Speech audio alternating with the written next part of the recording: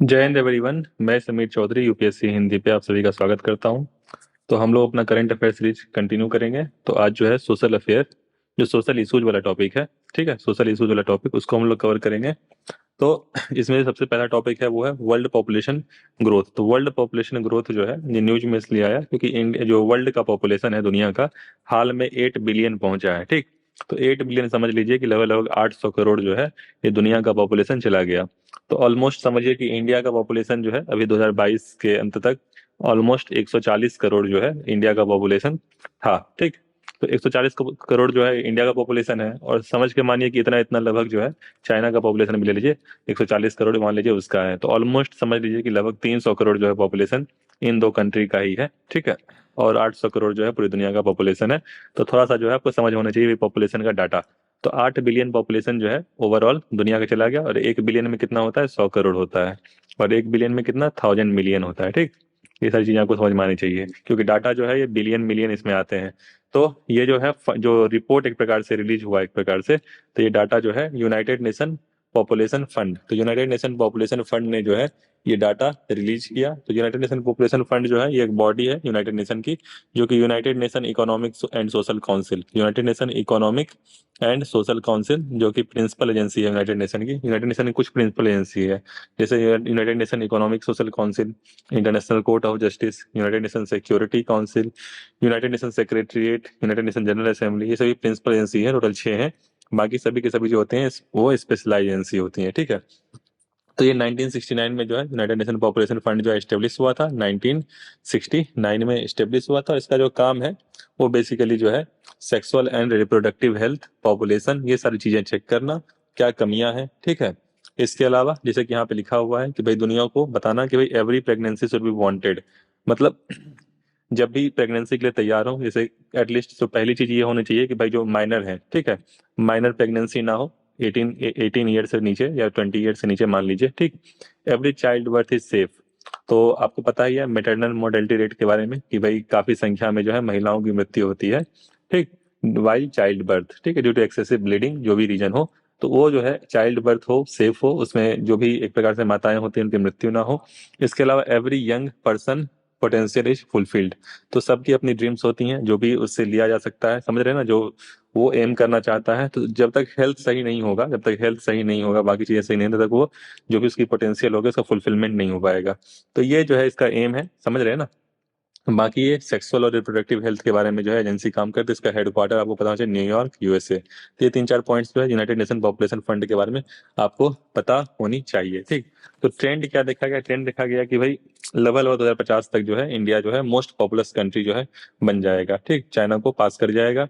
और average life expectancy, तो average life expectancy जो है ये ग्लोबल लाइफ एक्सपेक्टेंसी जो है 34 साल से, जैसे 1900 लाइफ एक्सपेक्टेंसी क्या होता है कि मान लीजिए कोई बच्चा जब पैदा होता है तो लगभग कितने साल वो जिएगा, समझ रहे हैं ना, पूरी लाइफ उसकी उसकी उम्र कितना होगी, ऐसा हेल्थ के हिसाब से अनुमान लगाया जाता है जो भी ट्रेंड होता है।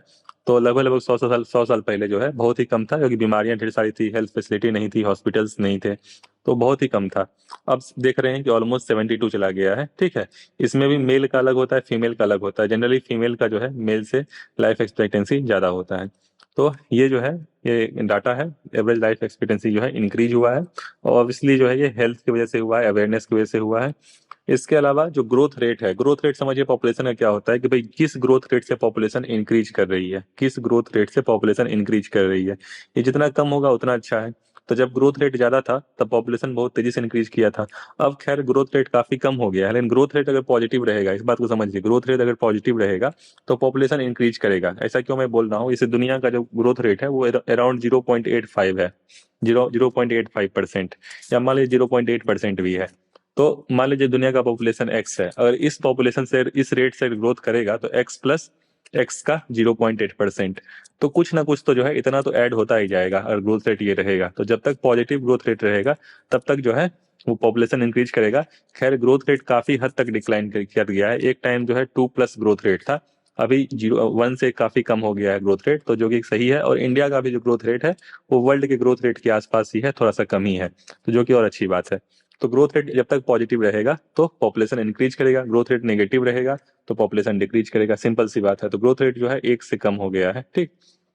और धीरे धीरे जो है कम ही होता जा रहा है 1950 के बाद। इसके अलावा गैप इन लाइफ एक्सपेक्टेंसी, तो जो भी डेवलप्ड कंट्रीज हैं, डेवलप्ड कंट्रीज, उनकी लाइफ एक्सपेक्टेंसी मतलब वहाँ जो लोग होते हैं उनकी जीवन प्रत्याशा एक प्रकार से काफी ज्यादा होती है। लेकिन जो लो इनकम कंट्री है वहाँ की हेल्थ फैसिलिटी नहीं है, वहाँ बीमारियां होती है तो लोग जल्दी मर जाते हैं, समझ रहे हैं ना। तो फिर वहाँ का जो लाइफ एक्सपेक्टेंसी है वो कम है। देख सकते हैं इन दोनों का डिफरेंस ऑलमोस्ट 18 ईयर, तो लगभग 20 साल का जो है डिफरेंस है। तो ये सारे पॉइंट्स आपको मोटा मोटी पता होने चाहिए। तो इसमें कई लेवल पे जो है ये डिस्पैरिटी देखी गई। इसके अलावा देखा गया जो लो इनकम कंट्री हैं, जो भी लो इनकम कंट्री हैं, जैसे कि आपका हो गया जैसे अफ्रीकन कंट्री, कई अफ्रीकन कंट्री हैं, तो वहाँ पे ग्रोथ रेट काफी ज्यादा है। इसके अलावा फर्टिलिटी रेट भी काफी ज्यादा है। और वहाँ का जो पॉपुलेशन है उसके साथ साथ इंक्रीज भी कर रहा है, क्योंकि टोटल फर्टिलिटी रेट ज्यादा है, ग्रोथ रेट ज्यादा है। जैसे कॉन्गो हो गया, इजिप्ट हो गया, इथोपिया हो गया, नाइजीरिया हो गया, ये सभी जो है अफ्रीकन कॉन्टिनेंट की कंट्री है। एशिया में जैसे इंडिया है, पाकिस्तान है, इसका पॉपुलेशन तेजी से इंक्रीज कर रहा है, फिलीपींस है, ठीक। और जैसा कि मैंने बताया 2050 में जो है इंडिया जो है वो क्रॉस कर जाएगा, ठीक।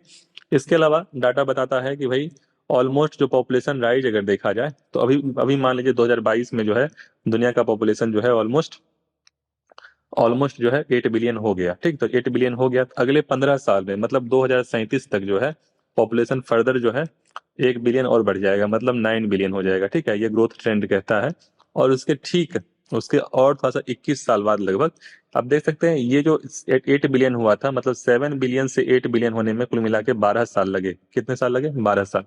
इसमें कितने साल लग रहे हैं? 15 साल लग रहे हैं, ठीक है। उसके बाद 2037 से 2058 मतलब ऑलमोस्ट 21 साल, ठीक। तो ऑलमोस्ट 21 साल लगेंगे 9 बिलियन का 10 बिलियन में। इसका मतलब क्या है? ग्रोथ रेट धीरे धीरे कम होता जाएगा और पॉपुलेशन जो ग्रोथ है वो धीरे धीरे कम होता जाएगा। और एक समय ऐसा आएगा जब पॉपुलेशन जो है स्टेगनेट हो जाएगा, मतलब लगभग लगभग इक्वल सा रहेगा। और हो सकता है उसके बाद कम भी होना शुरू हो, लेकिन मेरे ख्याल से ये 21वीं सदी के अंत तक ऐसा हो पाएगा। फिलहाल अभी पॉपुलेशन इंक्रीज करेगा दुनिया का, ठीक। तो ऐसा कुछ ट्रेंड दिख रहा है। लेकिन हाई पॉपुलेशन, चूंकि पॉपुलेशन की बात चल रही है, तो हाई पॉपुलेशन के साथ इशू क्या होता है? हाई पॉपुलेशन के साथ इशू ढेर सारे इशू होते हैं। ऐसा आपको भी पता है इंडिया जो है हाई पॉपुलेशन भी एक इंडिया का रीजन है जिसमें ढेर सारी समस्याएं होती हैं, जैसे कि लो पर कैपिटा इनकम हो जाता है। वैसे तो इंडिया का जीडीपी काफी अच्छा है, अगर आप इंडिया का जीडीपी टोटल देखा जाए वैल्यू, तो ऑलमोस्ट टॉप 5 कंट्री में दुनिया के आता है। लेकिन जब पर कैपिटा इनकम की बात आती है तो वो क्या होता है? काफी कम हो जाता है। इसके अलावा पॉवर्टी इशू हो जाता है, उतने सारे लोगों के पास जो है वेलफेयर स्कीम नहीं पहुंच पाता है। हंगर इशू, उतने सारे लोगों का फूड सिक्योरिटी एक प्रकार से मेंटेन करना मुश्किल हो जाता है। हेल्थ इशू, उतने सारे लोगों का जो है एक प्रकार से उनके लिए हॉस्पिटल्स, उनका जैसे कोविड के टाइम पे क्या समस्या हुआ, इतने सारे लोग एक साथ इलाज कराने आ गए, तो क्या हो गया? इंडिया के पास वैसा हेल्थ सिस्टम था ही नहीं, हॉस्पिटल्स थे ही नहीं। वहीं जो डेवलप्ड कंट्रीज है वहाँ पॉपुलेशन कम है, तो उनके लिए बेहतर सुविधा हो पाती है। तो ये सारी चीजें हैं। इसके अलावा एजुकेशन कॉस्ट, क्योंकि काफी जो गवर्नमेंट स्कूल है उनको रन कर पाना, मिड डे मील उनको फ्री का खिलाना, तो ये सारी चीजें क्या होती हैं? ये सब इसके लिए गवर्नमेंट के पास पैसा होना चाहिए, जो कि बहुत ही मुश्किल है मेंटेन करना। फिर भी इंडिया जो है काफी बेहतर तरीके से जो है मेंटेन कर रहा है, जो कि अच्छी बात है, और ग्रोथ हो रहा है पॉजिटिव डायरेक्शन में। तो ये सारी चीजें हैं। और एनवायरनमेंट पे भी प्रेशर बनता है, सिंपल सी बात है कि भाई जो भी एग्रीकल्चर है, एग्रीकल्चर लैंड पे प्रेशर बनेगा, एनवायरनमेंट पे प्रेशर बनेगा, पॉल्यूशन ज्यादा होगा, तो लोगों की नीड्स की फुलफिलमेंट में, डेवलपमेंट में, तो ये सारी चीजें हैं। इसके अलावा जो एक पॉइंट मुझे बताने को है, एक ग्राफ आपको थोड़ा सा पता होना चाहिए, मोटा मोटी आपको आइडिया होना चाहिए पॉपुलेशन ग्रोथ का दुनिया का। इस पे क्वेश्चन जो है कभी भी बन सकते हैं, इसलिए मैं बता रहा हूँ कि ऑलमोस्ट जब 1800, जब लगभग 200 साल पहले जो पॉपुलेशन था दुनिया का, दुनिया के पॉपुलेशन की बात चल रही है, 1 बिलियन के अराउंड पहुंचा था। तो अभी 8 बिलियन है, समझिए कैसे पहुंचा। तो 1900, लगभग 100 साल लग गए, 100 साल, समझ रहे हैं ना। और 1.65 बिलियन ही रहा। समझ रहे हैं ना। इसके बाद फिर 1928 मतलब 1930 ले लीजिए, तो पॉपुलेशन जो है वो 2 बिलियन पहुंचा, ठीक। मतलब 30 साल में जो है 1 बिलियन से 1.65 बिलियन से 2 बिलियन पहुंचा। लेकिन 1960 में जो है, ये आपको था पता होना चाहिए, 1960 में जो है ये 3 बिलियन पहुंचा, मतलब 30 साल लगे, 1930 से 1960, 3 बिलियन। और फिर 1960 से 1980 से यहाँ पे 30 साल लग रहे हैं, अब 20 साल में ही जो है, 20 साल में ही दुनिया का पॉपुलेशन जो है वो कितना हो गया? 4 बिलियन। फिर 1980 से ये 1960 से 75, मतलब 15 साल में ही जो है 3 से 4 बिलियन हो गया। और 75 से 87 मतलब 12 साल, तो 12 साल में ही जो है पॉपुलेशन 5 बिलियन हो गया। फिर 87 से 99 फर्दर 12 साल, अभी ये 12 साल का ट्रेंड चल रहा है। क्या हो गया? 6 हो गया, 87 से 99, ठीक। और 99 से 2011, फिर कितना साल लगा? फिर लगभग 12 साल ही लगा और 7 बिलियन, और फिर लगभग 12 साल 2011 से 23 मान लीजिए, 2011 से 23 फिर 8 बिलियन। तो लास्ट का आप ट्रेंड देख सकते हैं कि सब में 12-12 साल पे जो है पॉपुलेशन जो है 1 बिलियन इंक्रीज कर जा रहा है, और शुरुआत में जो है वही 30 साल में जो है या 15 साल में जो है इंक्रीज किया था।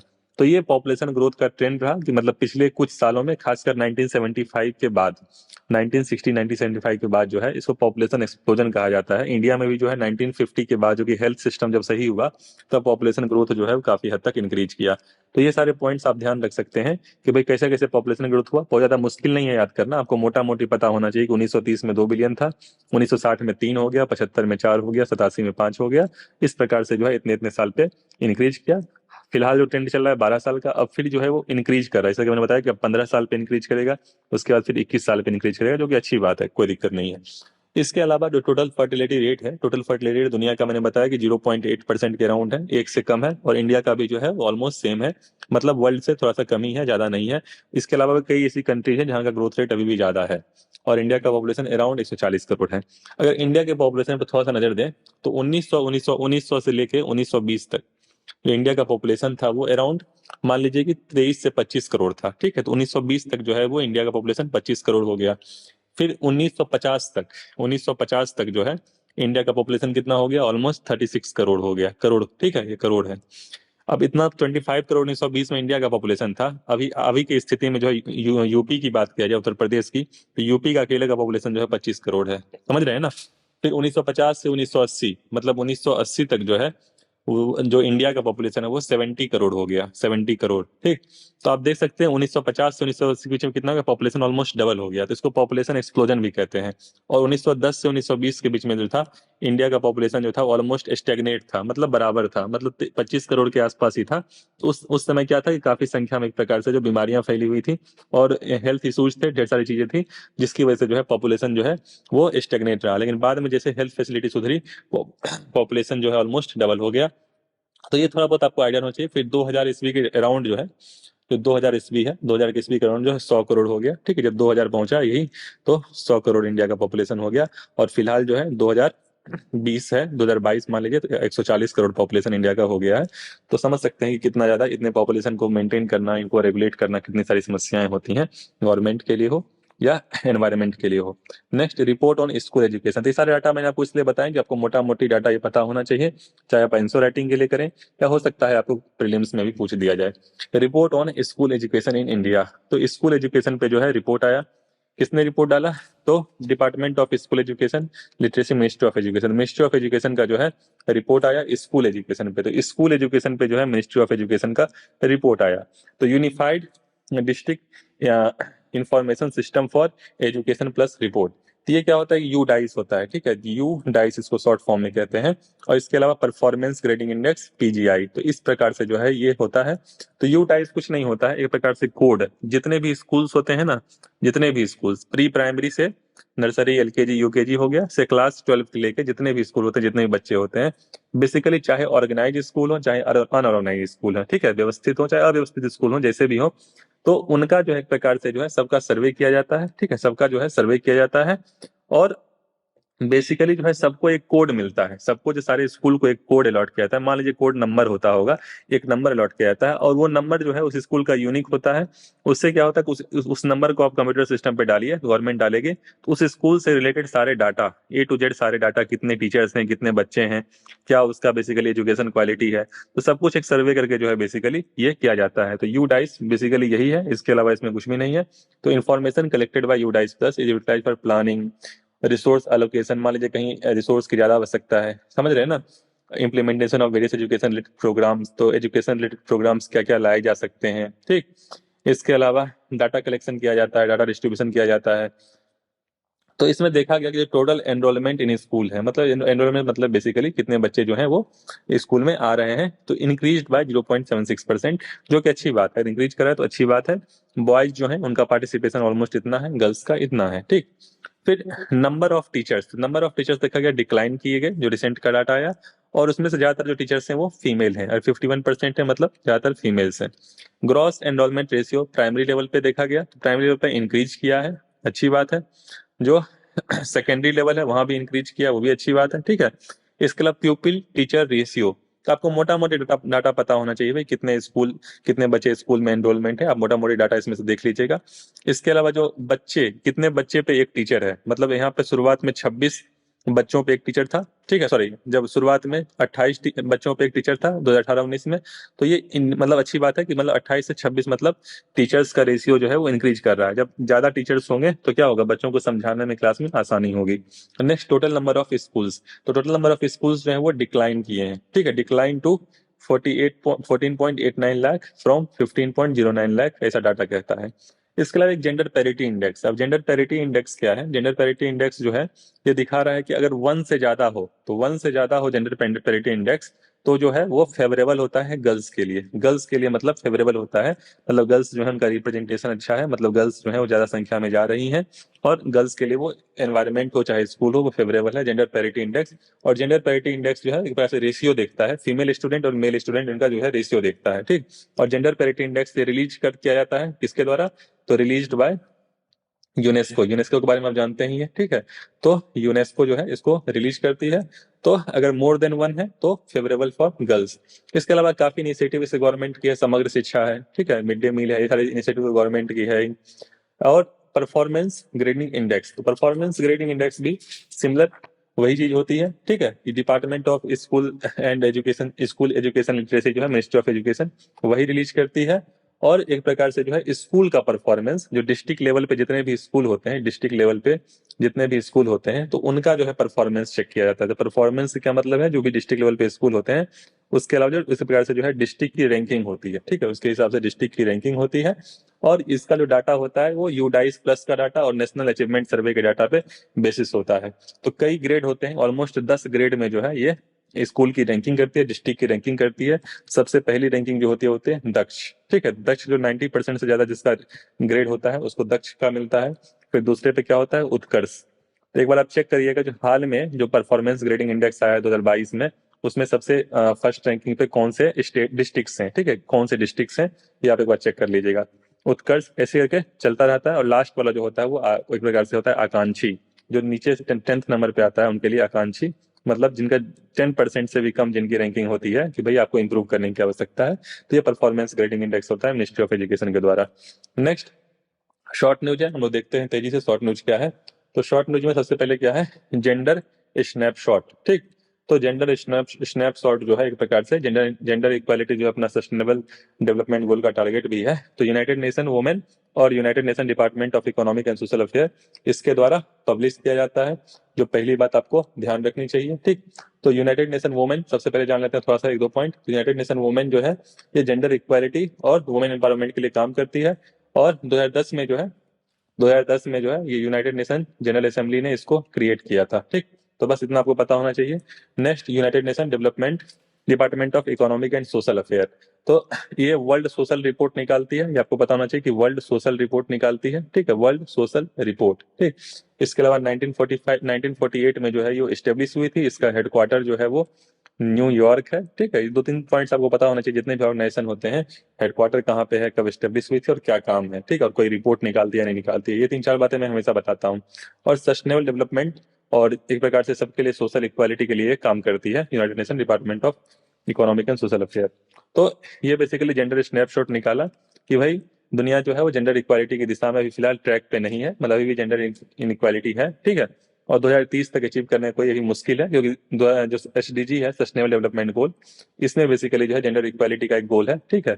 कौन सा गोल है आप मुझे बताइए कमेंट सेक्शन में। तो 380 million women and girls live in extreme poverty. 380 million समझ रहे हैं, ऑलमोस्ट 38 करोड़। तो 38 करोड़ जो है इतने जो है ये पॉवर्टी में हैं, इतने महिलाएं। और 1 in 3 women face foods insecurity. तो एक प्रकार से आप परिवार में देखेंगे तो किसी परिवार में जो सबसे ज्यादा वल्नरेबल होती हैं वो वुमेन होती हैं, महिलाएं होती हैं, क्योंकि महिलाएं जो है सबसे पहले किसको फीड करती हैं, अपने हस्बैंड को फीड करती हैं, खाना खिलाती हैं, फिर अपने बच्चों को, और जो बचा कुचा होता है बेसिकली वो खुद खाते हैं। आप ऐसे किसी भी परिवार में देखेंगे, चाहे किसी गरीब परिवार में भी देखेंगे या किसी लोअर मिडिल क्लास में देखेंगे, तो ये सारी जो आप हैं ऑब्जर्व कर सकते हैं ये सारी चीजें, ठीक है। तो ज्यादातर जो है इंडिया में ऐसे ही लोग हैं तो इसके बारे में ये रिपोर्ट है। इसके अलावा अनसेफ एबॉर्शन, तो अनसेफ एबॉर्शन आप जानते ही हैं कि अनसेफ एबॉर्शन क्या होता है बेसिकली, कि मतलब प्रॉपर हेल्थ फैसिलिटी नहीं है या चोरी छुपके जाके, मतलब कुछ ऐसे होते हैं, कुछ ऐसे कंडीशंस होते हैं जो बेसिकली ऐसा भी करना पड़ता है ड्यू टू सोशल वो। बाकी अनसेफ एबॉर्शन में ज्यादातर रीजन यही है कि भाई जो पैसे की कमी है एक प्रकार से, समझ रहे हैं ना, जो इनका लो लो इनकम वाले जो पीपल होते हैं उनके पास जो है प्रॉपर हेल्थ फैसिलिटी नहीं होती है, पहली बात। दूसरी बात, जो गवर्नमेंट हॉस्पिटल्स होते हैं वो बेसिकली वो करते हैं। और तीसरी बात जो होता है basically due to safety, safety use नहीं करते हैं, समझ रहे हैं ना, जिससे जो प्रिकॉशन है जैसे सेफ्टी वाइल हैविंग सेक्स वो बेसिकली यूज नहीं करते हैं, तो जिसकी वजह से ये करना पड़ता है। तो इसका डाटा अगर आप चेक करेंगे तो काफी संख्या में महिलाओं की मृत्यु होती है, जो कि गवर्नमेंट भी रोकना चाहती है, जो अनसेफ एबॉर्शन उसको कम किया जाए, ठीक। और इसके लिए जो है अपना जो हेल्थ सिस्टम है उसको रिस्पॉन्सिबल है कि बेसिकली जो है इस तरह के जो है अनसेफ जो एबॉर्शन होते हैं इस प्रकार से प्रिवेंट किया जाए। तो ये बस आपको बस ये रिपोर्ट पता होना चाहिए बेसिकली कि जो SDG goals the end gender snapshot report जो है ये यूनाइटेड नेशन वुमेन अंदेशा रिलीज करती है। Next, cities alive designing cities that work for women report, तो ये जो रिपोर्ट है वो UNDP United Nation development program, United Nation development program का आपको पता ही है कि भाई एचडीआर जो ह्यूमन डेवलपमेंट रिपोर्ट होता है ये देता है। इसमें कई इंडेक्सेज होते हैं, ह्यूमन डेवलपमेंट इंडेक्स होता है, इसके अलावा gender gender integrated human development index होता है, तो इस कई इसमें इंडेक्स होते हैं, ठीक है। मल्टी डायमेंशनल पॉवर्टी इंडेक्स होता है, तो ढेर सारे इंडेक्स होते हैं जो कि एचडीआर में आते हैं। तो यूएनडीपी ने ये रिपोर्ट किया है, और रिपोर्ट जो है एक प्रकार से जो है स्ट्रेस करता है कि need to directly engage women in decision making process, तो जो वुमेन है, जो महिला समाज है, उसको किस प्रकार से डिसीजन मेकिंग प्रोसेस में जो है इंक्लूड किया जाए, समझ रहे हैं ना, चाहे वो अर्बन प्लानिंग हो चाहे डेवलपमेंट हो। और कुछ इसने चैलेंजेस बताए, जो इसमें चैलेंजेस क्या बताया कि भाई सेफ एंड सिक्योरिटी, मान लीजिए कि महिलाएं हैं कहीं अपने जॉब के लिए जा रहे हैं, तो उनके लिए भाई क्या समस्याएं हैं, ठीक है। उनके लिए सिक्योरिटी, वो अब कैब में, जब कैब में ट्रेवल कर रही हैं, जब पब्लिक ट्रांसपोर्ट से जा रही हैं, अपने आप को सेफ महसूस करती हैं नहीं करती हैं, ठीक है। जस्टिस, जहाँ भी जस्टिस की आवश्यकता है, जो अपना ऑफिस है, समझ रहे हैं ना, उसमें किसी प्रकार का हेरेसमेंट ना हो, या कोई पब्लिक प्लेस हो किसी प्रकार का हेरेसमेंट ना हो, ठीक है, ये सारी चीजें हैं। इसके अलावा हेल्थ, तो हेल्थ इशू जो है उस पर भी ध्यान दिया जाना चाहिए। तो ये सारी चीजों को लेकर बेसिकली ये रिपोर्ट जारी किया गया यूनाइटेड नेशन डेवलपमेंट प्रोग्राम के द्वारा। Next, mother tongue survey of India, तो मिनिस्ट्री ऑफ होम अफेयर जो है इसने ये रिलीज किया है, ठीक है। और ये बेसिकली क्या है कि भाई survey the mother tongues which are returned constantly across two or more census decade analyzes the linguistic features, देखा जाता है कि भाई कौन सा मदर टंग जो है उसका क्या स्टेटस है, कितने कितने परसेंट जो है अपनी मातृभाषा में, समझ रहे हैं, मदर टंग आप समझ रहे हैं कि बेसिकली जो है आपका जो भी लैंग्वेज है आप उसमें बोल रहे हैं, जो भी आपका रीजनल लैंग्वेज है। और जो as per analysis of 2011 linguistic census data, more than 19,500 language or dialects are spoken in India as mother tongue. तो आप समझ रहे हैं, जैसे हम लोग का, जैसे आप जिस रीजन में रहते हैं, आप सबसे पहले जो है अपने घर में जो भी बातचीत होता है, जो बच्चा होता है सबसे पहले उसको जो है अडॉप्ट करता है, तो उसको बेसिकली आप कह सकते हैं उसका मदर टंग है, ठीक है। तो Hindi is the most widely spoken mother tongue. अगर आप रीजन देखें तो हिंदी में काफी ज्यादा डिफरेंस हो जाता है, जैसे अब यूपी है, बिहार है, राजस्थान है, दिल्ली है, ठीक है, एमपी है, हरियाणा है, सब जगह हिंदी का ही डायलेक्ट बोला जाता है। कहीं आप चले जाएंगे जैसे पूर्वांचल रीजन में अवधी होता है, फिर बाकी आप वेस्टर्न चले जाएंगे तो ब्रज का थोड़ा सा आ जाता है, एक्सेंट आ जाता है, तो ये सारी चीजें होती हैं, ठीक है। लेकिन मोटा मोटी आप कह सकते हैं कि ये पूरा का पूरा रीजन जो है वो हिंदी रीजन है, ठीक है। तो उसमें देखा गया कि ऑलमोस्ट 43% ऑफ पॉपुलेशन डिक्लेयरिंग है मदर टंग। तो मदर टंग में जो है एजुकेशन सिस्टम को किस प्रकार से इंक्लूड किया जाए, तो हाल में जो आया था एजुकेशन वाला जिस प्रकार से आया था, तो उसमें भी बेसिकली इंक्लूड किया गया था कि भाई मदर टंग को जो है इंक्लूड किया जाए प्राइमरी एजुकेशन में, जो है किस प्रकार से जो है वो मदर टंग को इंक्लूड करना है, तो ये सारे पॉइंट्स हैं। नेक्स्ट, तो नेशनल कमीशन ये सॉरी तो डिजिटल शक्ति 4.0, ठीक है, डिजिटल शक्ति जो 4.0 है ये लॉन्च किया गया National Commission of Women in collaboration with Cyber Peace Foundation. तो साइबर पीस फाउंडेशन और नेशनल कमीशन ऑफ वुमेन जो है इसने मिलकर जो है ये जारी किया है। तो नेशनल कमीशन ऑफ वुमेन जो है ये सेटअप किया गया था 1992 में, तो सेटअप किया गया था 1992 में, ठीक है। तो national Commission of women act 1990 आया था, उसके बाद ये 1992 में सेटअप किया गया था। एक प्रकार से स्टेचुरी बॉडी है, और ये legal safeguard for women, तो जो भी legal safeguard for women और constitutional legal safeguard for women जो है, तो एक प्रकार से ये देखती है, तो मतलब जो भी लेजिस्लेटिव मेजर लिए जा सकते हैं, मतलब सलाह देती है सरकार को कि भाई कौन कौन से आप कानून ला सकते हैं महिलाओं के लिए, उनको किस प्रकार से जो है सेफ गार्ड कर सकते हैं, उनकी क्या समस्याएं हैं, किस प्रकार से उनको काउंटर कर सकते हैं। तो आपको जैसे यूपीपीसीएस का मैंने देखा था कि किसी साल एक बार पूछ रखा था नेशनल कमीशन ऑफ वुमेन की अध्यक्ष कौन है, पहला पूछा था या अभी कौन है, ऐसा कुछ पूछा था, तो फिर से जो है क्वेश्चन रिपीट हो सकता है। तो इस तरह की जो भी ऑर्गेनाइजेशन होते हैं उसके जो भी अध्यक्ष होती हैं या होते हैं, वो आपको पता होना चाहिए भाई कौन है फिलहाल में, ठीक है। तो पहली अध्यक्ष जो थी वो उनका नाम था जयंती पटनायक, तो जयंती पाठक, तो जयंती पाठक जो है पहली थी। अभी फिलहाल आप चेक कर लीजिए कौन थे, फिर से यूपीपीसीएस हो सकता है पूछ दे, ठीक। इसके अलावा सेंट्रल गवर्नमेंट जो होती है वो चेयरपर्सन अपॉइंट करती है, तो चेयरपर्सन जो है नेशनल कमीशन ऑफ वुमेन का सेंट्रल गवर्नमेंट अपॉइंट करती है। इसके अलावा 5 मेंबर होते हैं, ठीक। इसके अलावा 5 मेंबर होते हैं, इतना बस इंफॉर्मेशन मोटा मोटी आपको पता होना चाहिए। तो डिजिटल शक्ति जो है ये किस प्रकार से जो साइबर स्पेस है, साइबर स्पेस जो है काफी वल्नरेबल होता है महिलाओं के लिए।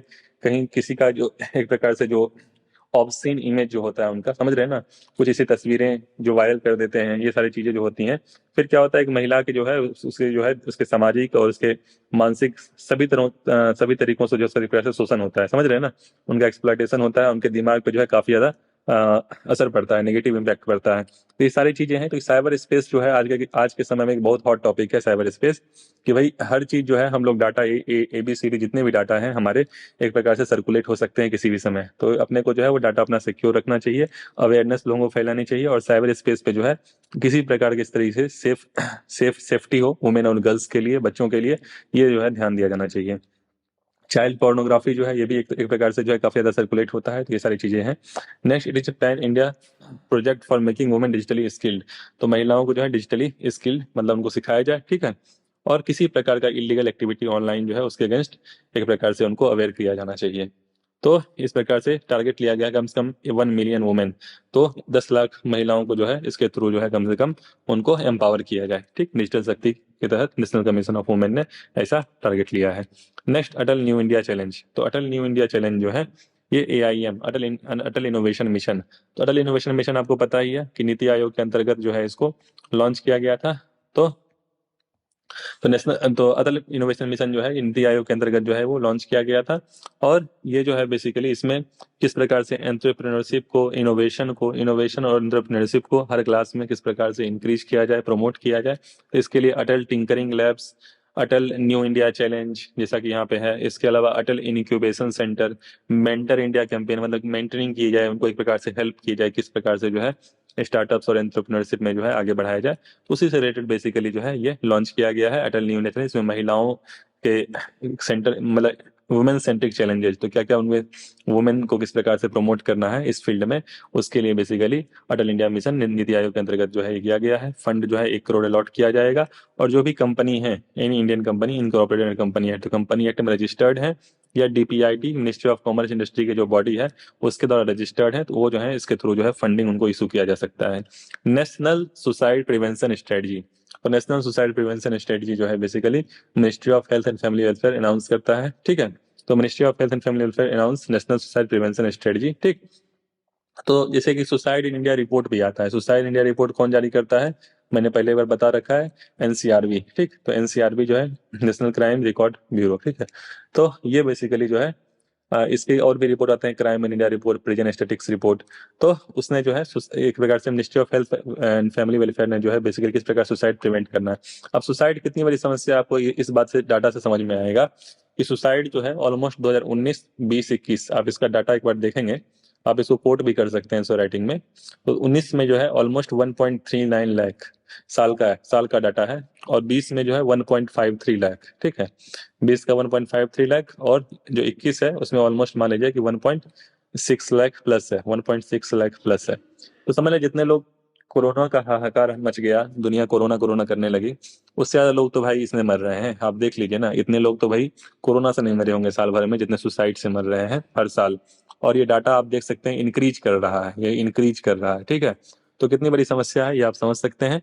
तो इसके पीछे ढेर सारे इश्यूज हैं, सबके अपने मेंटल हेल्थ होती है, सबके आसपास की जो है एनवायरनमेंट होता है, सबका जो है आसपास का जो होता है फिजिकल हेल्थ होता है, एनवायरनमेंट होता है, फैमिली इशू हो सकता है, कई कारण होते हैं।